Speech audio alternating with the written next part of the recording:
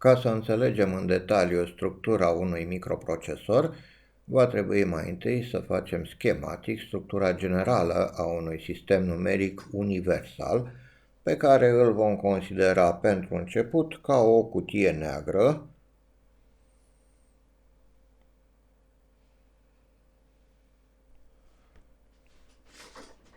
dar care este un sistem deschis, în sensul că poate comunica informație și energie cu exteriorul.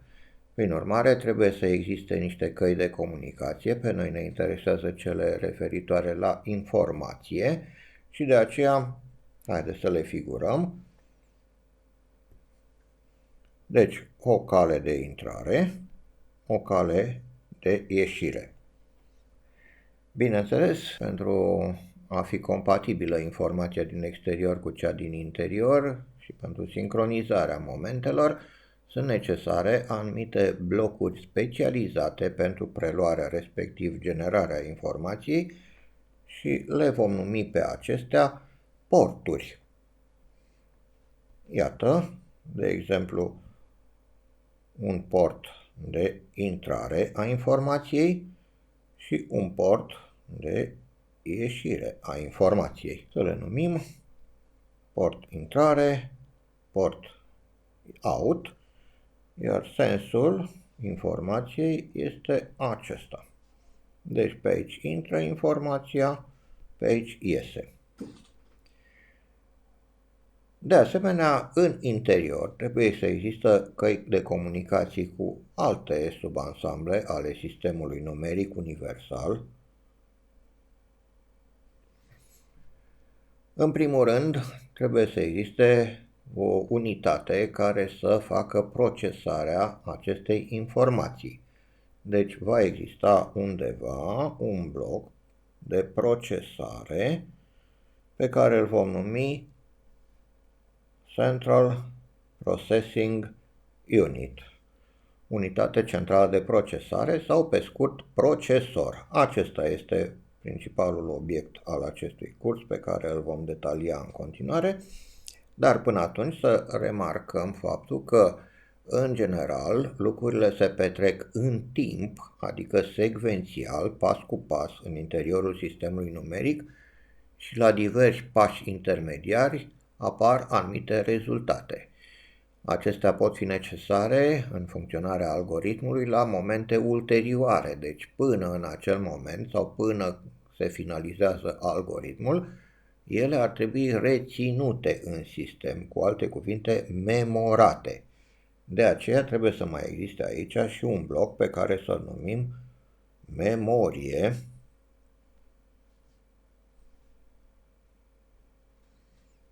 care poate avea diverse forme, după cum se știe, dar care trebuie să rețină informațiile pe o durată nedefinită, atât cât este necesar. Evident, trebuie să existe căi de comunicație între toate aceste componente și haideți să le figurăm.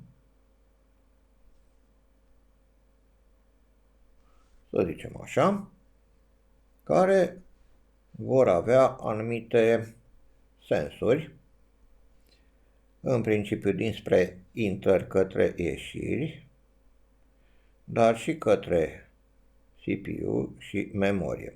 De asemenea, CPU va putea să genereze și el informații prelucrate, după cum și memoria poate să genereze informațiile stocate anterior. Iată deci care ar fi schema generală. Ne vom ocupa la un moment dat și de porturile de intrare și de cele de ieșire și de memorie, dar, cum spuneam, obiectul principal de studiu al cursului este această unitate centrală de procesare, adică CPU, adică procesorul. Haideți să vedem, deci, în detaliu acest procesor. Am putea să începem tot așa, privindu-l ca pe o cutie neagră.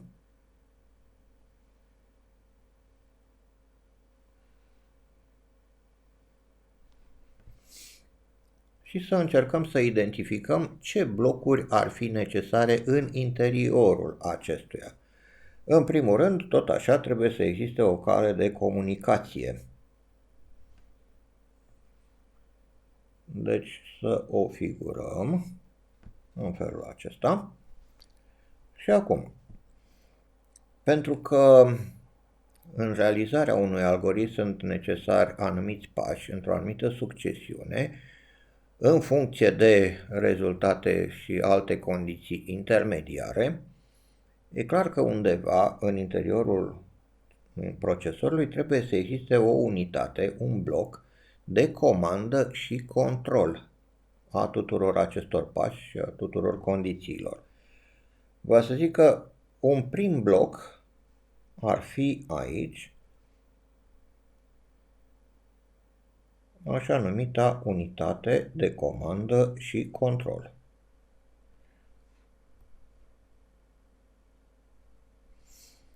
De asemenea, tradițional, în interiorul procesorului trebuie să mai existe și o memorie locală, care să rețină pe timp scurt și rapid diversele variabile, rezultate intermediare și uneori chiar rezultate finale.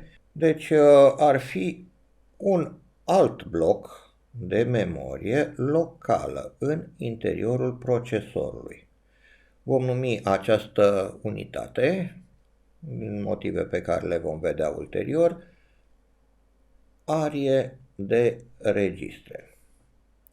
Și de asemenea, mai trebuie să existe un loc în care să se facă procesările propriu-zise, adică diverse operații aritmetice sau logice asupra datelor.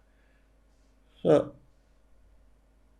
centralizăm astfel de funcționalități sub forma unui bloc pe care să-l numim Arithmetic and Logic Unit, unitate aritmetică și logică.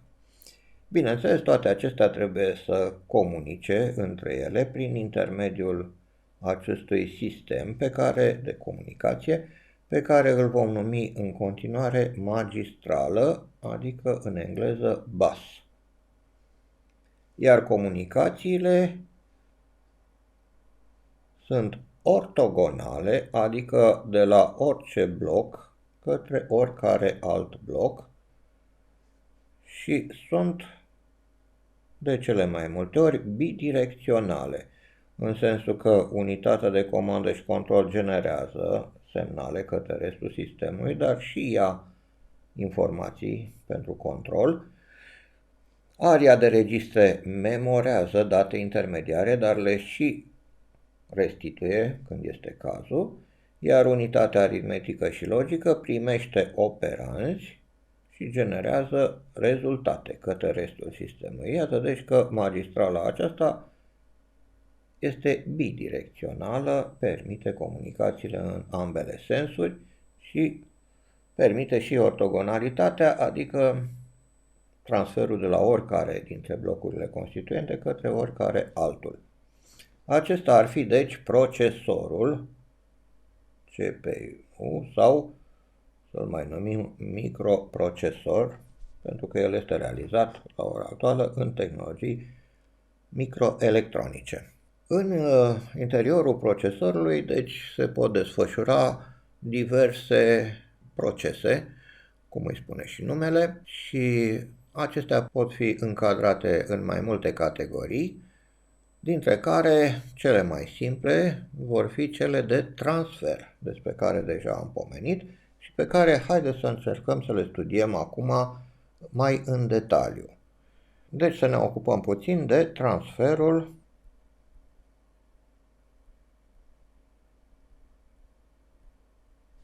datelor.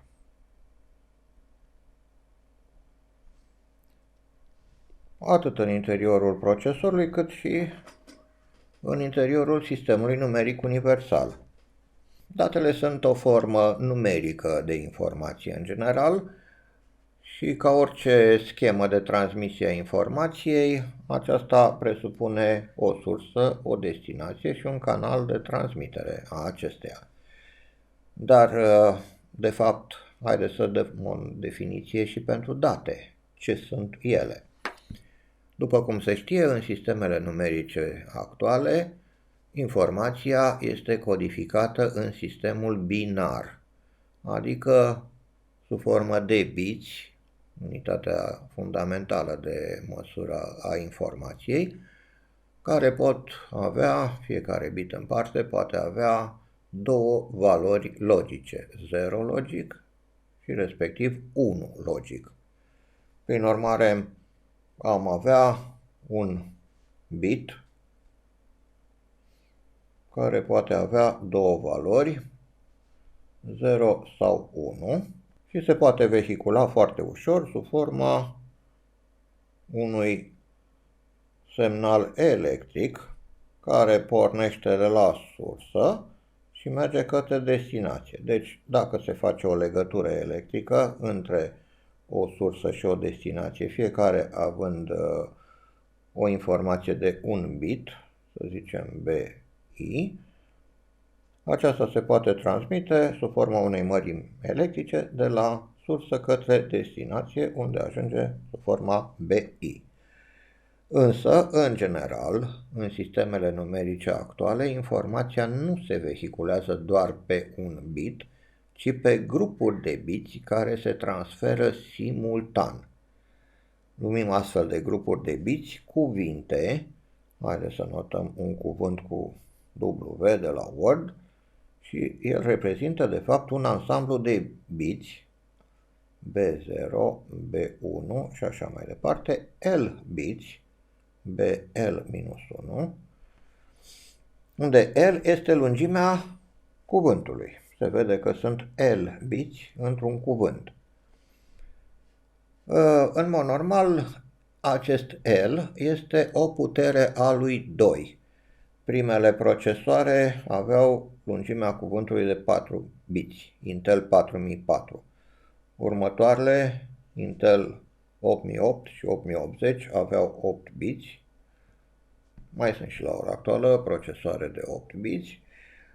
S-a trecut foarte repede la 16 biți pe structura numită x86, apoi la 32 de biți și actualmente la 64 de biți, structurile x64. Dar în anumite procesoare, mai mult sau mai puțin specializate, pot exista și lungimi mai mari ale cuvintelor. De exemplu, în așa numitele procesoare grafice, care echipează plăcile grafice din calculatoare, lungimea cuvântului începe de pe la 64 de biți, poate să fie 128, 256, 512 și poate chiar mai mult. Se observă că această lungime standard a cuvântului în interiorul unui CPU este o caracteristică extrem de importantă a acestuia și de foarte multe ori chiar se pomenește împreună cu procesorul. Spunem că avem un procesor de 32 de biți sau de 64 de biți sau cât este cazul, aceasta fiind de altfel una dintre caracteristicile esențiale ale procesorului. Haideți să vedem cum se poate face transferul unor cuvinte, nu doar ale unor biți. Datele sunt cuvinte de informație care reprezintă în general numere, iar numărul în sistemul binar se poate reprezenta ca o combinație a acestor biți.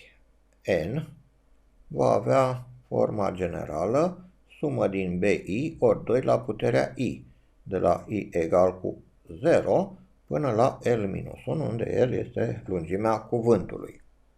Se observă formula generală de reprezentare a unui număr într-o anumită bază de numerație. În cazul nostru, baza de numerație este 2. Tradițional, numerele se scriu cu bitul cel mai semnificativ în stânga. Prin urmare, dacă avem, de exemplu, pentru L egal cu 4, un cuvânt W egal cu B0, B1, B2 și B3, numărul respectiv va fi scris N în binar, va fi scris sub forma B3, B2, B1 și B0, în care cel din extrema stângă este cel mai semnificativ bit, most significant bit, iar cel din dreapta less significant bit, cel mai puțin semnificativ. Și iată, de exemplu, pentru un număr binar oarecare, să zicem 1101, acesta este bitul cel mai semnificativ și corespunde lui 2 la puterea a L-1, înseamnă 4 minus 1, 3. Acesta este 2 la a doua, 2 la 1, iar acesta 2 la 0. Și numărul se va scrie 1 înmulțit cu 2 la a treia plus 1 ori 2 la a doua plus 0 ori 2 la 1 și plus 1 ori 2 la 0. Asta înseamnă 8 plus 4 plus 0 ori 2, adică 0, plus 1 ori 2 la 0, 2 la 0 este 1, deci 1. Adică în 13, ar fi 13 în decimal, să zicem D. Iată deci cum se reprezintă datele numerice în sistemele numerice universale. Și acum haideți să încercăm să vedem cum s-ar putea face transferul între o sursă și o destinație în paralel pe L biți, adică transferul unor cuvinte. Să presupunem că avem un bloc sursă care conține biții cuvântului respectiv B0, B1, BL-1. Acesta fiind sursa, el are anumite ieșiri, data out să le numim, data out 0, data out 1, data out L-1. Și vrem să transferăm conținutul său într-un alt bloc, destinația, care va trebui să aibă niște intrări pentru aceste date, să le notăm DI0, DI1 și așa mai departe până la DIL-1. Păi am putea să facem transferul prin semnale electrice dacă vom conecta ieșirea de out 0 a blocului sursă la intrarea de in 0 a blocului destinație. Apoi ieșirea de out 1 a blocului sursă la de in 1 a blocului destinație și așa mai departe, în felul acesta. Prin urmare, biții existenți în blocul sursă ajung la intrările omologe. Nu? Iar biții corespunzători din blocul sursă ajung la destinație pe cale electrică. Haideți să-și figurăm și sensul transferului, deși nu este important deocamdată. Iată o posibilitate de a vehicula simultan L biți, adică de a transfera un cuvânt. Totuși, aceste blocuri trebuie să aibă și o funcționalitate suplimentară, pentru că procesul se desfășoară la un anumit moment, dar care este situația înaintea acelui moment și după momentul respectiv? Păi înaintea momentului, într-un fel sau în altul, biții aceștia au ajuns în blocul sursă și sunt necesari la un moment ulterior, când se va face transferul. Până atunci, acest bloc sursă ar trebui să aibă o funcție de memorare.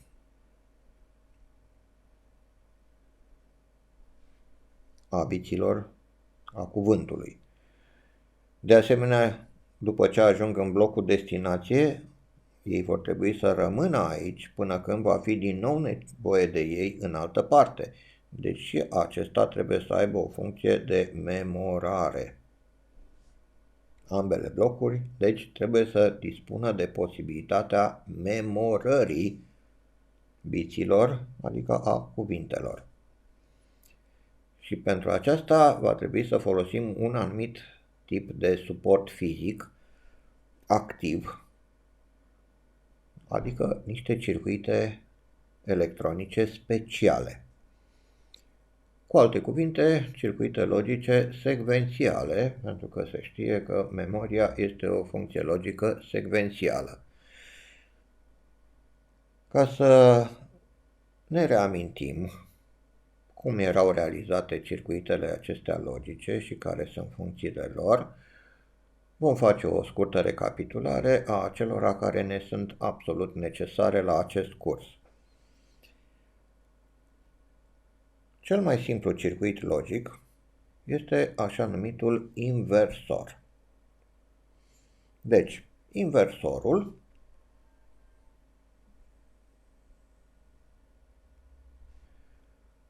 are următorul simbol. Este ca un triunghi cu un cerculeț care înseamnă negație la ieșire.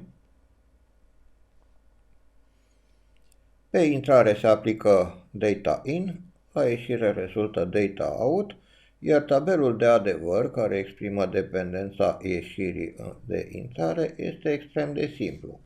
Dacă intrarea este în 0, ieșirea va fi în 1, iar dacă intrarea este în 1, ieșirea va fi în 0. Cum se poate realiza fizic, electronic, un astfel de circuit? Cunoașteți în mod sigur tehnologia TTL, tranzistor logic, care se bazează pe tranzistoare bipolare și are un număr de tranzistoare și rezistențe, dar această tehnologie se folosește extrem de rar la ora actuală pentru că are multe dezavantaje. S-a dezvoltat în schimb o tehnologie bazată pe tranzistoare cu efect de câmp, așa numitele tranzistoare metal, oxid, semiconductor, și care constă într-un tranzistor numit tranzistor MOS, pe care îl vom reprezenta schematic în felul acesta. El are 3 electrozi, o poartă, o sursă și o drenă. Poarta este izolată practic din punct de vedere electric de sursă și drenă, iar între sursă și drenă se poate forma un curent cu intensitate mai mare sau mai mică în funcție de potențialul de pe poartă.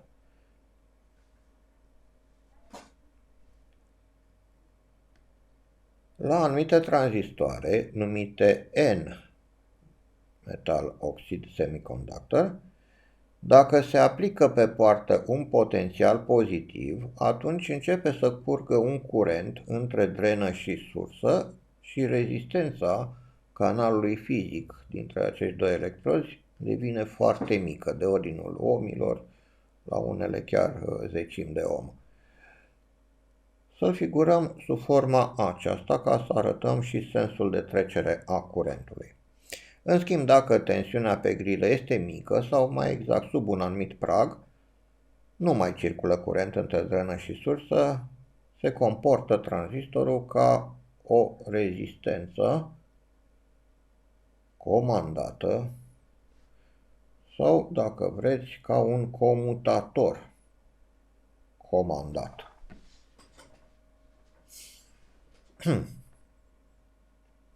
Cu ajutorul unui astfel de tranzistor MOS se poate realiza foarte ușor un inversor. Iată, îl vom cupla într-o schemă de forma aceasta. Vom pune o rezistență în drenă la o sursă pozitivă, iar sursa tranzistorului va fi pusă la masă. În momentul acesta, dacă introducem o anumită tensiune cu valoarea logică DI pe intrare, la ieșire, aici în drenă, o să obținem o valoare logică DO, care, evident, are acest tabel de adevăr. Pentru că, așa cum am spus, dacă se aplică o tensiune pozitivă pe poarta tranzistorului, el se deschide, lasă curentul să treacă pe aici, iar tensiunea la ieșire devine egală cu VCC minus R ori acest curent I și tinde către 0. Deci dacă aici am avut 1, la ieșire avem 0. În schimb, dacă la intrare avem 0, tranzistorul este blocat, nu circulă niciun curent și poate să vină curentul pe aici. Deci punctul acesta va fi un potențial înalt. Deci lui 0 îi corespunde 1, lui 1 îi corespunde 0, adică exact funcția aceasta arătată aici în tabelul de adevăr. Da, însă există un dezavantaj și anume acela că atunci când starea ieșirii este 0 logic, va circula un curent prin rezistență și prin tranzistor, deci va consuma curent. Și dacă avem un număr foarte mare de tranzistori, cum este cazul circuitelor integrate pe scară largă actuală, atunci curentul devine inacceptabil de mare, consum prea ridicat. De aceea s-a trecut în prezent, s-a trecut la o altă tehnologie, așa numită tehnologie Complementary Metal Oxide Semiconductor, în care se folosesc două tranzistoare cu canale de tip diferit. Acesta era un tranzistor cu canal N, iar altul ar fi un tranzistor de acesta cu canal P.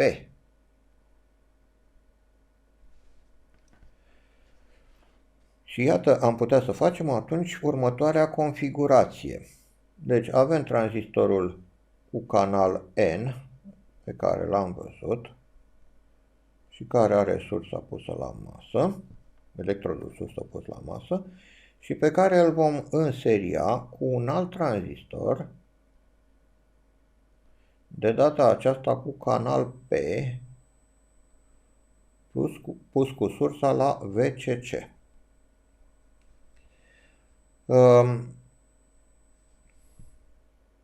În această configurație, tranzistorul de jos, N-ul, se saturează când se aplică un potențial pozitiv și se blochează când se aplică un potențial 0. Tranzistorul celălalt funcționează invers, adică atunci când se aplică un potențial pozitiv aici, el se blochează, iar când se aplică 0, el se saturează. Așa că dacă vom uni porțile acestor două tranzistoare și vom aplica aici valoarea logică DI, ia să vedem ce se va întâmpla la ieșire. În primul rând, dacă DI este 0, tranzistorul acesta va fi blocat. Dar, cum spuneam, dacă este 0, acesta va fi saturat și va permite curentul să iasă în felul acesta, către exterior. Deci, vom avea aici un 1 logic. Dacă însă aici aplicăm 1 logic, tranzistorul ăsta va fi saturat, iar ăsta va fi blocat. Deci, va permite curentului să meargă în sensul acesta și atunci la ieșire vom avea 0 logic. Iată, deci că funcționează într-adevăr ca și un inversor, numai că avem un mare avantaj aici. În oricare dintre stări, unul dintre tranzistoarele acestea puse în serie între VCC și masă este blocat. Prin urmare, nu se absorbe curent din sursa de alimentare, atâta timp cât nu avem o sarcină la ieșire. Doar în perioadele de tranziție, când se face trecerea din 0 în 1 sau din 1 în 0, deci tranzistorul care era blocat începe să se deschidă, iar cel care era deschis începe să se blocheze, dar ambele conduc ceva. Deci în această perioadă apare pentru un scurt timp un consum de curent. Cu cât perioadele acestea sunt mai dese, cu atât în medie consumul de curent este mai mare. De aceea, atunci când au loc comutări frecvente, deci frecvența procesorului este mare, frecvența de comutație, consumul de curent crește și acest lucru ne este semnalat uneori de către ventilatoarele procesorului care încearcă să elimine surplusul de căldură generată de curenții mari. În fine, oricum, consumul este incomparabil mai scăzut decât la tehnologia anterioare, astfel încât, la ora actuală, aceasta este tehnologia dominantă în realizarea tuturor circuitelor logice și a componentelor în comutație ale calculatoarelor. Haideți să studiem acum și o poartă logică cu mai multe intrări, de exemplu cu 2 intrări. Fundamentală pentru construcția tuturor sistemelor numerice este așa numita poartă și negat, NAND.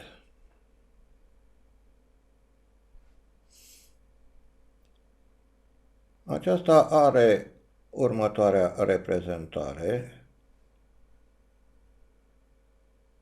Deci o ieșire cu un cerculeț care înseamnă negație și 2 intrări de I0, de I1, să spunem, pot să fie mai multe, și care are un tabel de adevăr invers față de poarta și AND, care ar avea, deci, 2 intrări de I1, de I0 și o ieșire de OUT, iar pentru diversele combinații, evident, ar da 1 la ieșire numai dacă produsul celor două variabile este 1. Deci și aceasta este 1 și aceasta este 1, de unde denumirea.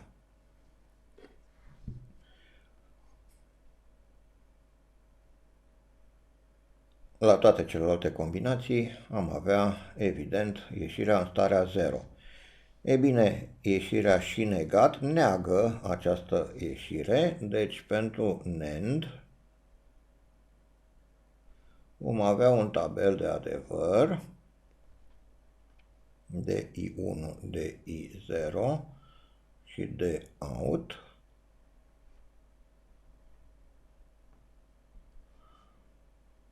cu ieșirea inversată, adică 0 dacă ambele sunt în 1 și 1 dacă cel puțin una dintre ele este în 0.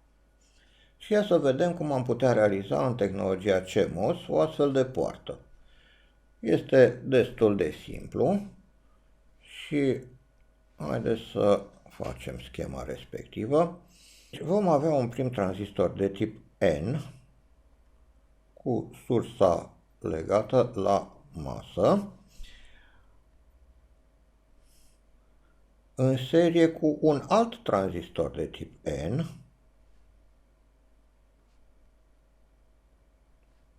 în felul acesta, și de asemenea un tranzistor de tip P, având sursa legată la VCC, și încă un tranzistor de tip P, având de asemenea sursa legată la VCC, iar drenele legate împreună la acest punct comun de ieșire. Acum, vom cupla porțile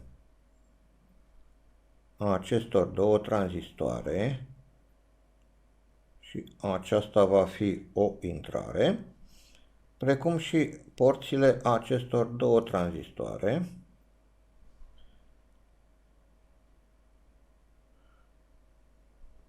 și aceasta va fi o altă intrare. Deci acestea sunt tranzistoare de tip P, iar acestea tranzistoare de tip N. Intrările, să zicem, de I1, de I0,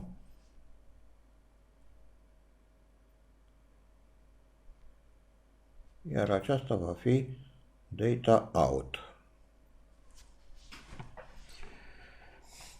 Deci aici este ground. Ia să vedem cum ar funcționa.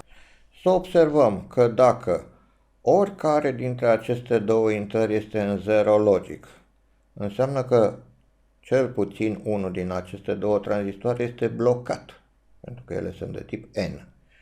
Deci dacă asta este în 0, ăsta e blocat. Dacă asta este în 0, ăsta este blocat. Dacă ambele sunt în 0, ambele sunt blocate. Deci pe aici nu va trece niciun fel de curent dinspre ieșire către ground. În schimb, dacă oricare dintre ele este în 0, unul dintre aceste două tranzistoare de tip P va fi saturat, astfel încât se va putea transmite un curent în felul acesta. În acest caz, ieșirea este evident în starea 1 și iată că suntem în această zonă a tabelului de adevăr, în care una dintre intrări este în 0 și ieșirea automat este în 1. În schimb, dacă ambele intrări sunt în 1 logic, atunci și tranzistorul acesta va fi saturat și acesta va fi saturat, deci va putea să treacă curent în felul acesta. Și pe de altă parte, dacă ambele sunt în 1 logic, ambele tranzistoare de sus sunt în 0 logic. Deci și acesta va fi blocat și acesta va fi blocat, astfel încât nu trece niciun curent dinspre VCC către ieșire și prin urmare ieșirea este în 0 logic.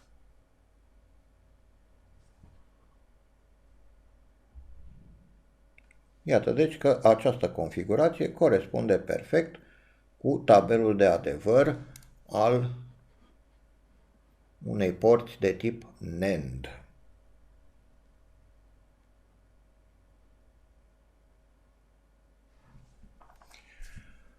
Acestea sunt circuite logice numite combinaționale, adică starea ieșirii la un moment dat depinde numai de starea intrării sau intrărilor la momentul respectiv.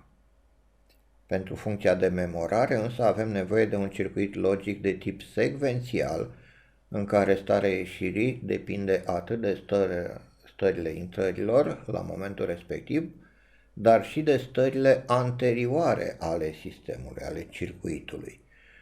Și după cum se știe, cel mai simplu circuit logic secvențial este circuitul basculant bistabil, care are două stări posibile la ieșire și acestea sunt stabile în sensul că rămân în starea respectivă un timp nedeterminat până când, printr-un eveniment specific, se poate face comutarea ieșirii în cealaltă stare. Un circuit basculant bistabil, foarte simplu, se poate realiza folosind un sistem de două porți NAND. Haideți să facem. Deci un circuit basculant bistabil.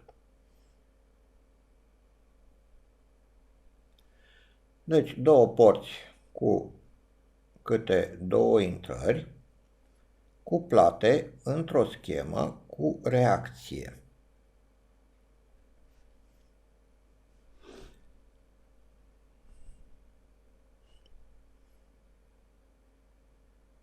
În felul acesta. Să zicem că aceasta ar fi ieșirea sistemului, să o notăm cu Q, iar acestea sunt intrări. Să observăm ce se întâmplă. După cum se poate vedea din tabelul de adevăr al porții NAND, ceva semnificativ se întâmplă la ieșire, adică se ridică în 1 ieșirea atunci când pe intrări se aplică semnale de tip 0 logic. Haideți să aplicăm un semnal 0 logic pe prima intrare, în timp ce cealaltă rămâne în 1. Ce se va întâmpla? Dacă avem 0 logic pe această intrare, atunci La ieșire vom obține în mod sigur un 1 logic, se vede. Deci 1 logic aici. Dacă avem 1 logic aici, deci pe intrarea aceasta, și avem și pe cealaltă intrare 1 logic, aici vom avea 0 logic. Acum, dacă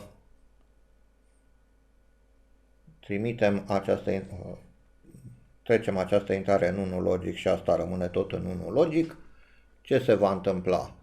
Aici avem 1 logic, dar avem și un 0 logic de la cealaltă, ceea ce va menține 1 aici. Iar 1 acesta împreună cu 1 de pe cealaltă intrare vor menține 0 logic aici. Deci se rămâne în starea precedentă un timp nedeterminat. Până când? Până când se aplică următoarea succesiune. 1 logic pe această intrare și 0 logic pe această intrare. Dacă avem 0 logic pe această intrare, atunci ieșirea celui de aici va deveni 1, în mod sigur.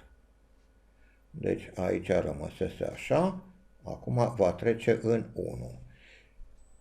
Ce se va întâmpla la ieșirea Q? Dacă aici este 1 logic aici și cu 1 logic acesta ne va da 0 la ieșire. Iată deci că s-a inversat starea ieșirii. Când? Când s-a aplicat un 0 pe intrarea aceasta, în timp ce cealaltă intrare era în 1. Să recapitulăm. Un 0 aici, în timp ce cealaltă este în 1, ne dă 1 la ieșire. Deci setează, cum se spune, trece în 1 bistabilul. Această intrare să o numim deci set. Și pentru că observăm ea acționează când este 0 logic, să punem acest semn de negație care să ne arate cum are loc comutația.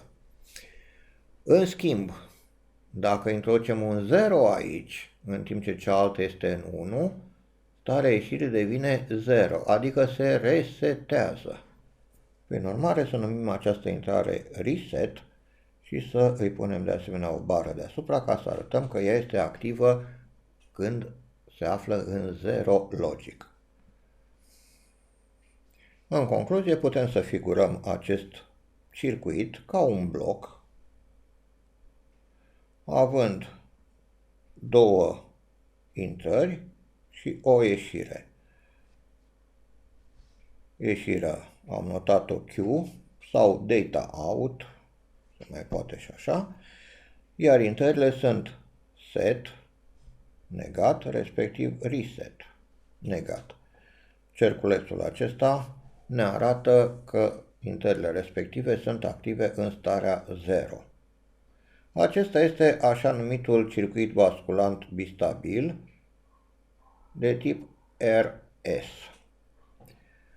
În practică se folosesc foarte rar astfel de circuite basculante simple, pentru că există un oarecare dezavantaj. Ce s-ar întâmpla dacă aplicăm simultan pe cele două intrări 0 aici și 0 aici? Ambele ieșiri ar fi obligatoriu în 1, pentru că au câte un 0 pe intrarea porții. Ambele ar fi în 1. Și dacă acum le-am trece simultan în 1, nu se știe în ce stare va fi aici. Va fi o cursă internă între semnale, adică între tranzițiile din 0 în 1 pe cele două porți, iar poarta mai lentă va simți mai greu această tranziție, astfel încât pe ieșirea ei va rămâne 1, iar cealaltă va trece în 0. Și acest lucru se va menține apoi. Deci avem o stare de nedeterminare în această situație când ambele sunt în 0. Pentru a se evita astfel de nedeterminări, în practică, la ora actuală, se folosesc alte tipuri de circuite basculante bistabile, și anume așa numitele structuri de tip master-slave, cu comandă sincronă, în care avem de fapt două bistabile înseriate. Primul îi trimite informația celui de-al doilea.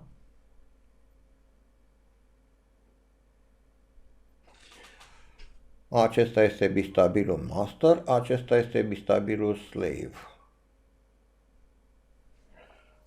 O astfel de structură master-slave permite, cum spuneam, evitarea stărilor nedeterminate.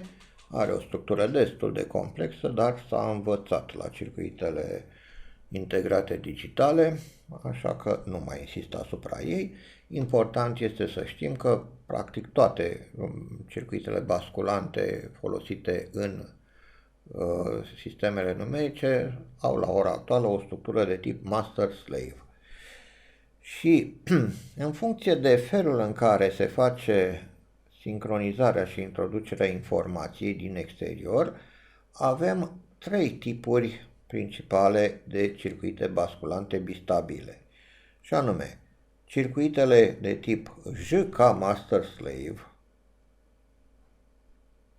pe care le putem figura așa.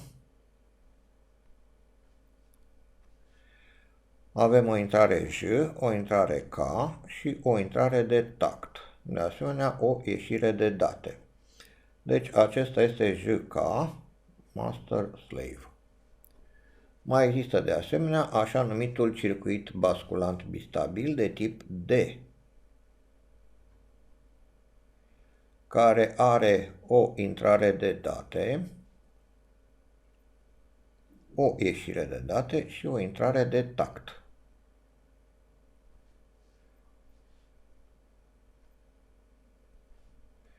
Acesta este așa numitul bistabil de tip D. Și în fine mai întâlnim și circuite basculante bistabile de tip T,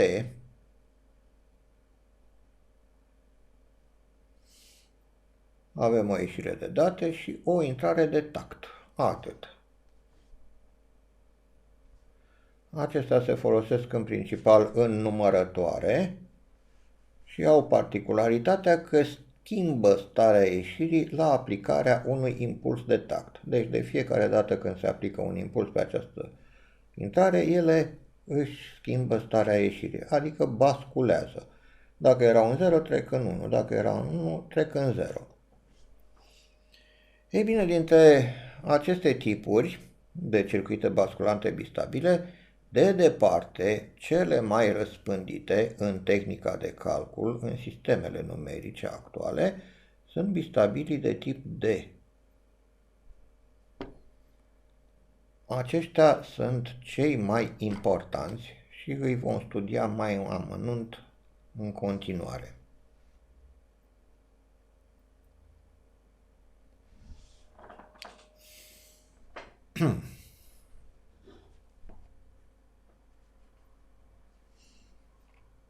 Deci, simbolul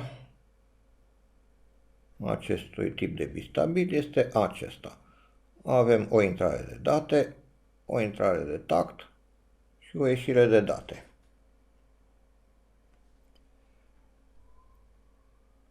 Să le notăm. D, Q, T. De regulă se pune aici acest semn pentru a arăta că acest bistabil este activ pe front. Adică, am spus că atunci când se aplică un semnal pe intrarea de tact, se întâmplă ceva. Ce înseamnă un semnal? Un impuls.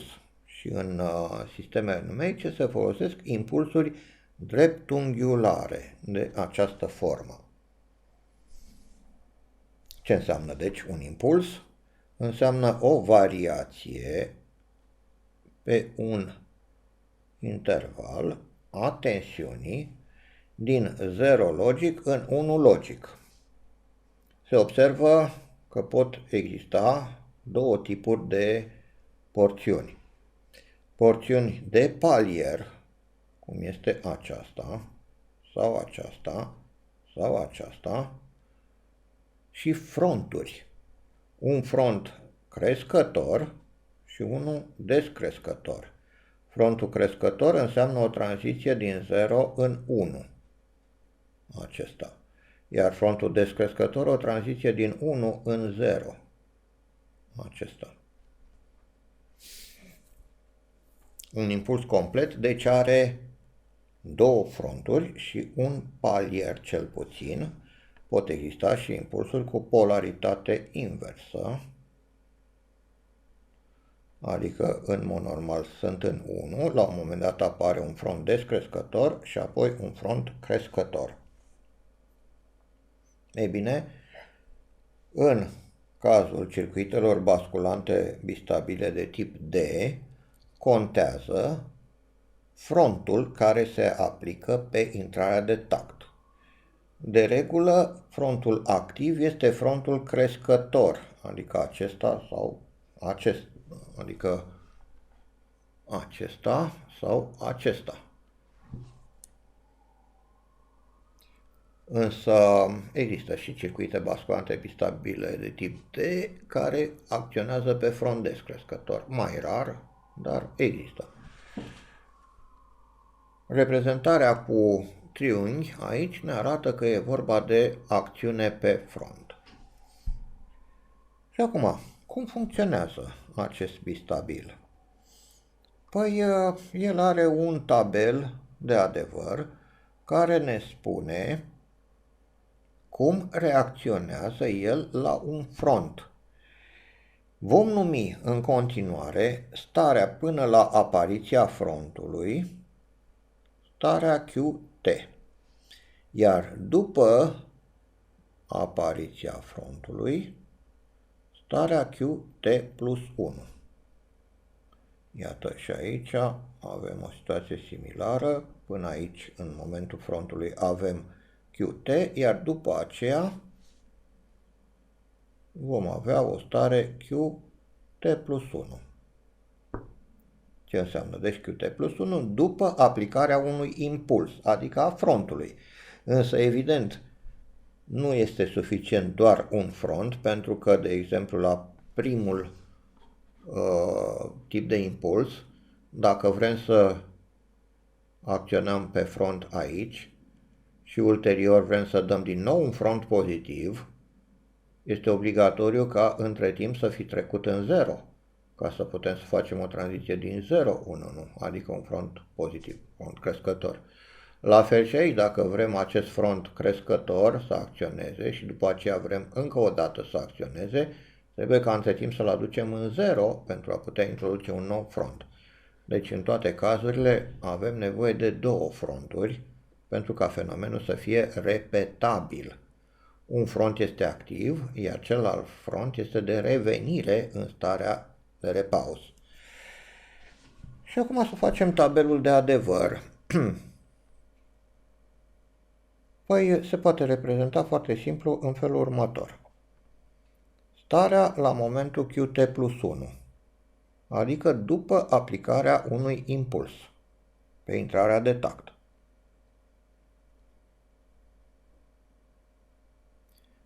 E bine, tabelul de adevăr este foarte simplu, depinde de intrarea D, așa numită intrare de date.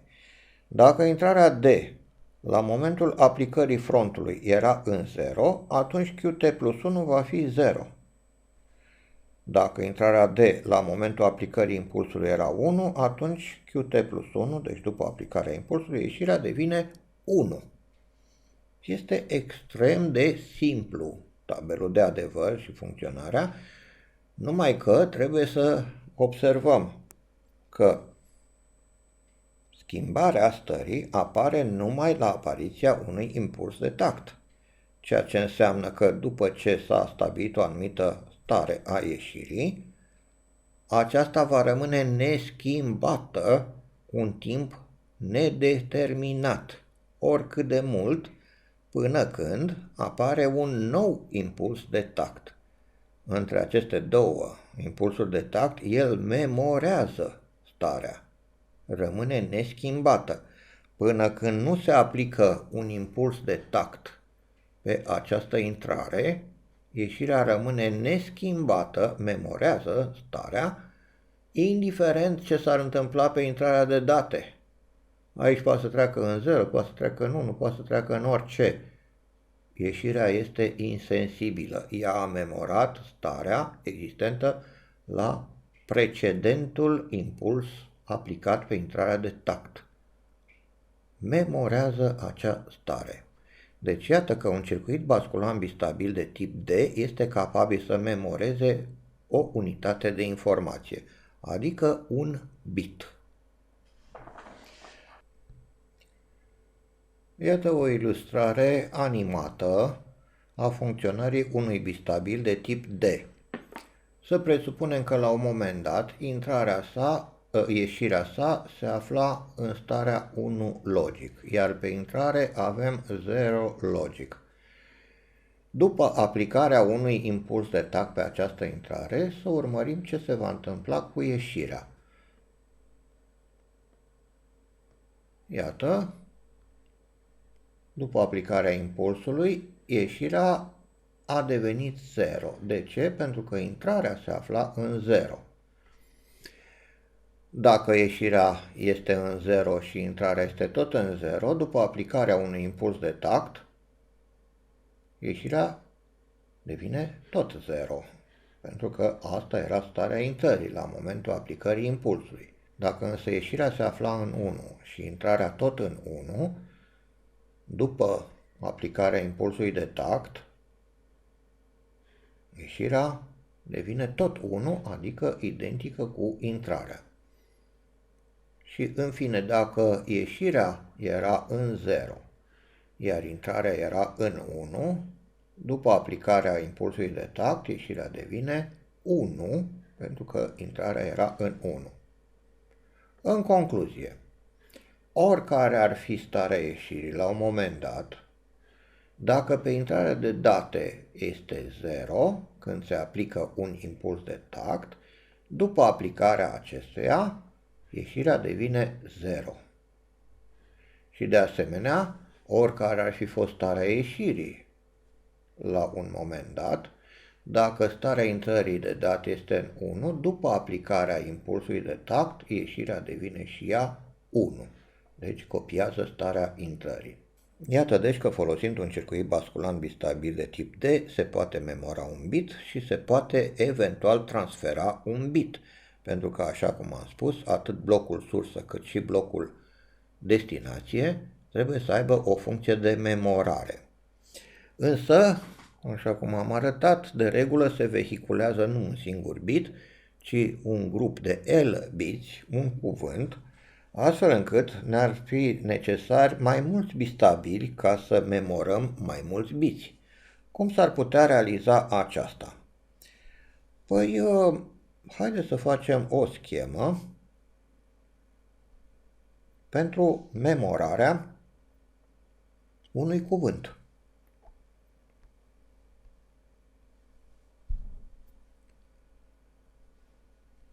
Să zicem că avem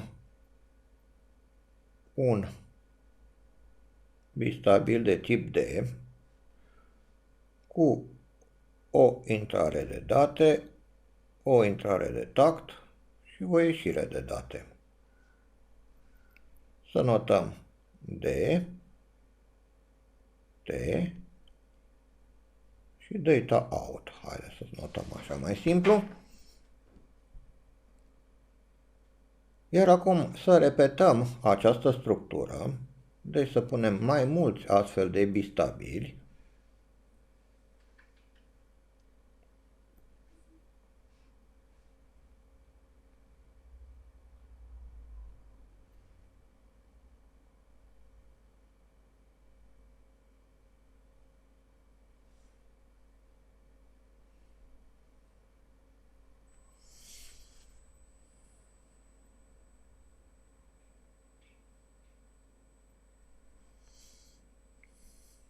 Ceva de genul acesta.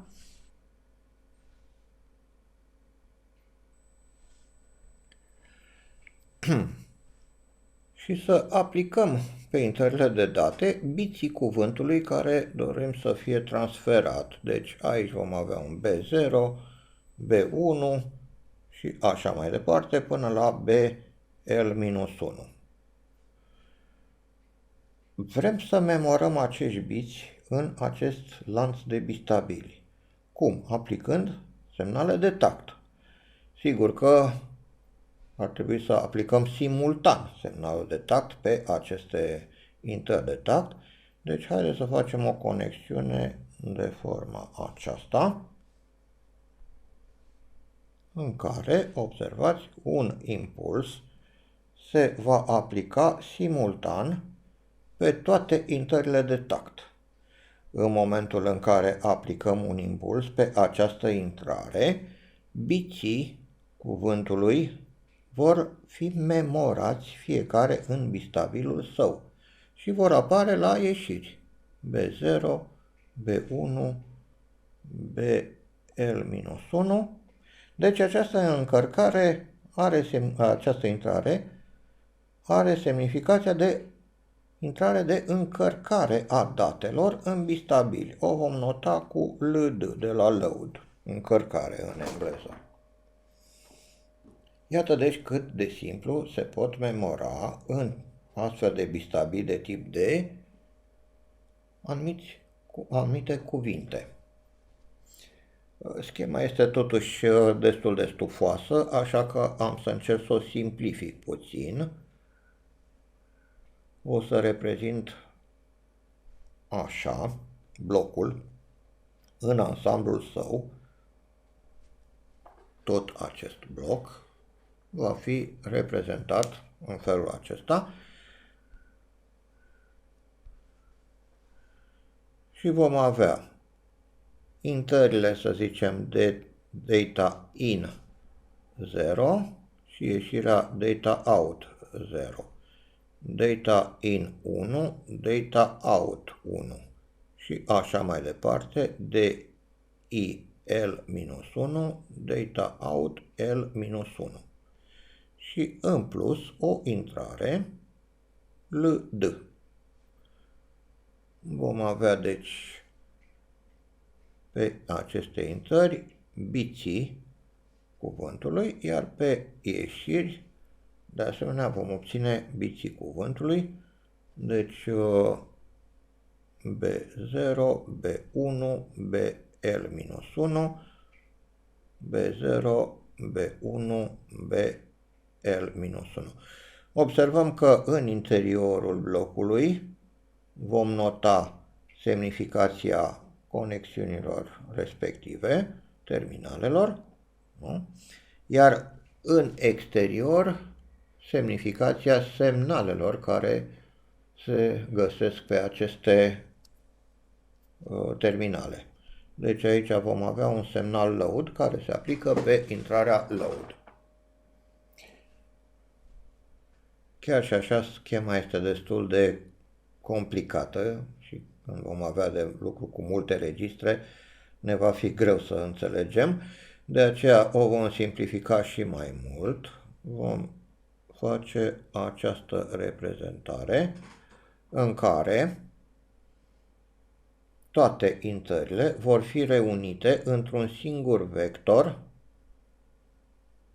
de intrare și toate ieșirile într-un singur vector de ieșire.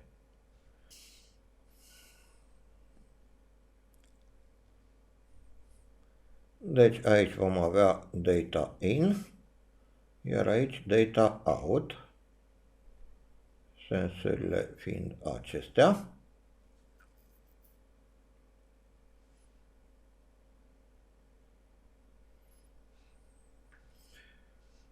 Și de asemenea vom mai avea o intrare de încărcare load.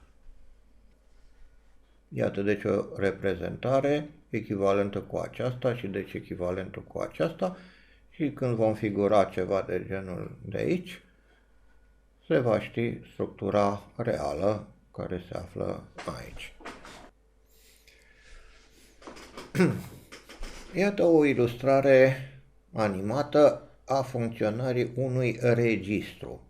Se observă că avem un lanț de bistabil de tip D, iar pe intrările lor de date se aplică biții unui cuvânt, diverse valori logice. Intrările de tact sunt legate împreună astfel încât atunci când se aplică un impuls de tact, toate vor fi acționate simultan, iar datele existente pe intrări pătrund în bistabil și sunt memorate și apar la ieșirile bistabililor. Asta se poate reprezenta, așa cum am spus, cu un vector de intrare, o anumită combinație de biți 0 și 1 pe diversele intrări și indiferent care ar fi starea registrului, adică a tuturor ieșirilor la un moment dat, după aplicarea unui impuls de tact, bistabilii registrului capătă valorile corespunzătoare ale biților vectorului de intrare și se regăsesc în vectorul de ieșire. În aceste condiții, transferul între două blocuri, sursă și destinație, se va face pe baza unor astfel de ansambluri de circuite basculante bistabile de tip D, pe care le vom numi în continuare registre. Deci acestea sunt registre, adică niște blocuri electronice capabile să memoreze o informație binară sub forma unui cuvânt, unui grup de L biți. Registrul este realizat, după cum vedeți, dintr-un ansamblu de bistabil de tip D, având comanda de încărcare comună. Și folosind registre, acum putem rezolva foarte ușor problema transferului unui cuvânt dintr-un bloc sursă, care evident va fi un registru, către un bloc destinație, care va fi de asemenea un registru. Iată, să luăm, de exemplu, un bloc sursă de tipul acesta și un bloc destinație.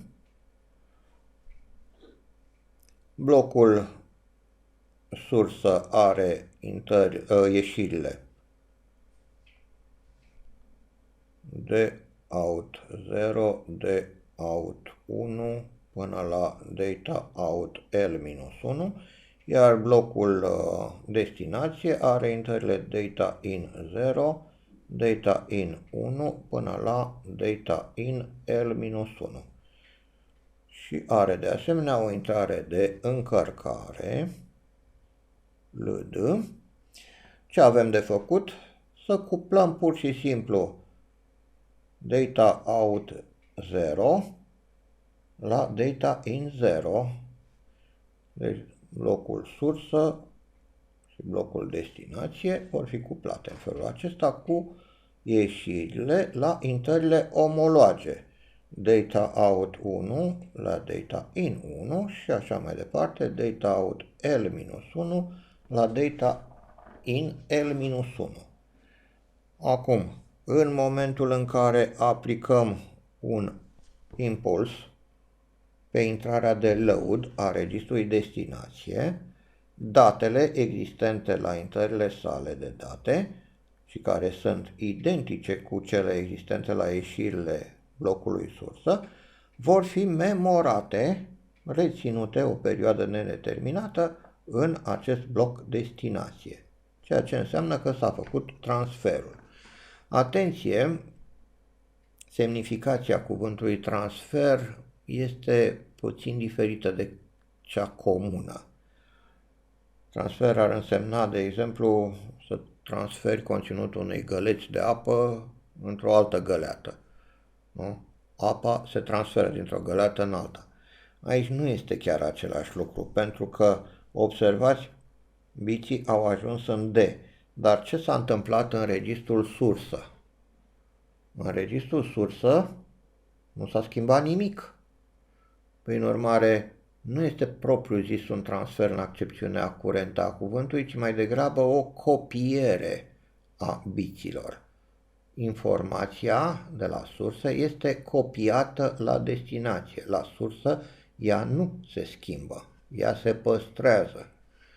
Deci este vorba de o operație de copiere, dar tradițional în știința calculatorilor ea se numește transfer. Sigur că într-un sistem numeric nu avem doar două registre, unul sursă și unul destinație. Întotdeauna va exista un mare număr de registre, pentru că numărul de date este foarte mare, foarte multe variabile, foarte multe constante, date inițiale, rezultate intermediare, rezultate finale. Toate acestea trebuie transferate, vehiculate în interiorul sistemului, astfel încât ele vor fi reținute fiecare în câte un registru. Și haideți să studiem în continuare cazul în care avem un număr oarecare de registre și vrem să efectuăm transferuri între acestea. Vom studia problema în două etape. Mai întâi vom studia cazul în care avem un singur registru sursă și mai multe registre destinație. Deci, să zicem că avem un anumit registru sursă.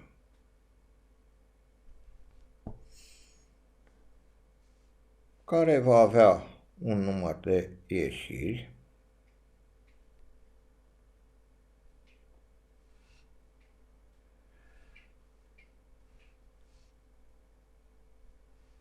să le notăm data out 0, data out 1, data out L-1 și un registru destinație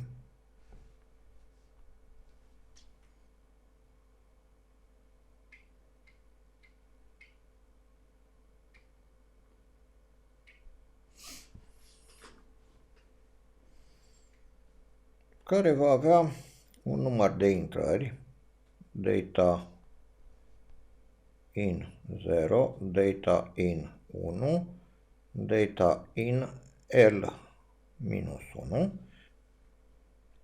și o intrare de încărcare LD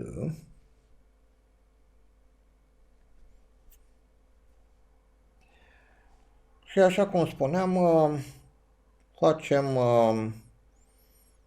transferul de la acest registru sursă la acest registru destinație,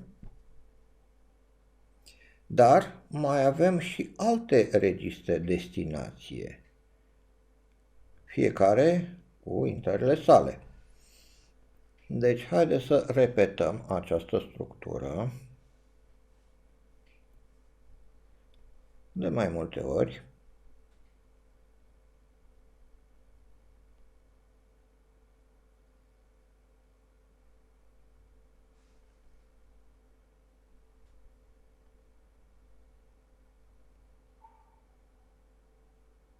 În felul acesta. Ar trebui să legăm ieșirile registrului sursă la intrările omologe ale tuturor registrelor destinație. Am să figurez acest lucru în felul următor.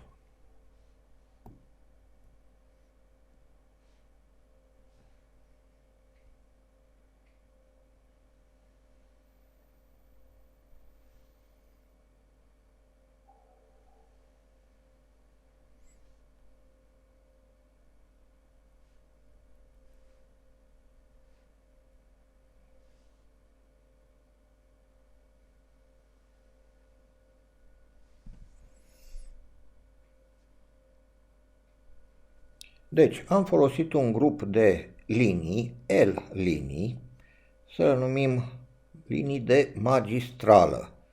Data bus 0, data bus 1, până la data bus L-1. Și am legat ieșirea data out 0 la linia data bus 0, ieșirea data out 1 la data bus 1. Și așa mai departe, data out L-1 la data bus L-1. De asemenea, va trebui să leg la aceste linii de magistrală intrările omologe ale registrelor destinație. Deci, data in 0 la data bus 0, data in 1 la data bus 1 și așa mai departe, data in L-1 la data bus L-1. Și asta la toate registrele destinație.